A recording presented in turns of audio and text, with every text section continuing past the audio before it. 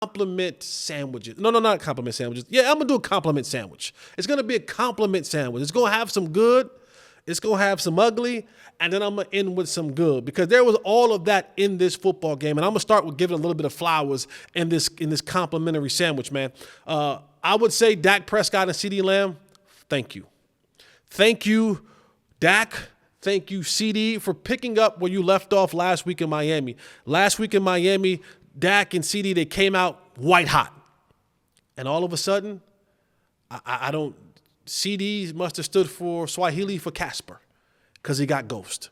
Couldn't find him, didn't know where he was at for the rest of the game. Came back later on at the end of the game, but it was a little too late for them to pull out the victory.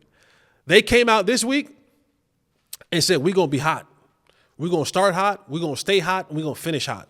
To the tune of CeeDee Lamb having 17 targets, 13 catches, 227 yards, and a touchdown. By the way, CeeDee Lamb breaking 2 records, receiving records for the Dallas Cowboys, both held by Michael Irvin. He broke the reception record, and he also broke the yards in a single season. So shout out to CeeDee Lamb with that. But they had the combination going early on. You see the big 92-yard touchdown. And I love that because Dak made that play happen. If you go back and you watch that play, number 55 from the Lions, he had Dak Prescott dead to rights for a safety. That could have been a critical moment in that game. But Dak, 2 hands on the football. He dips his shoulder, gets out of the way, looks up, finds CeeDee Lamb down the field for 92-yard touchdown, and that kind of like opened the game up for the Cowboys. And it was a back-and-forth game, but just watching those 2 dudes just go at it. And you get to this part of the season, and this isn't the time, and I told you guys last week with Dak, at times, to me, he feels more like a golden retriever. I want to be nice and friendly to everybody. But sometimes you got to be a Connie Corso, where you got to protect your own and be aggressive to those that are outside of that.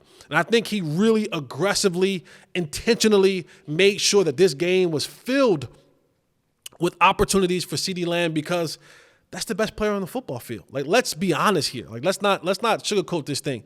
There probably isn't going to be a better football player, not team, not side of the ball, but a football player that's going to be better than CeeDee Lamb, because right now he's second in the league in receiving yards behind Tyreek Hill in Miami. So when he steps foot on that football field, he's probably the best thing out there. So it will behoove you and the offense and the offensive play caller and the quarterback and everybody else that benefits from that to get CeeDee the ball. And then guys can kind of play off that. So that was a good thing to see those 2 getting back there. And Dak had another good game. He had 324 yards. He looked like he was in command.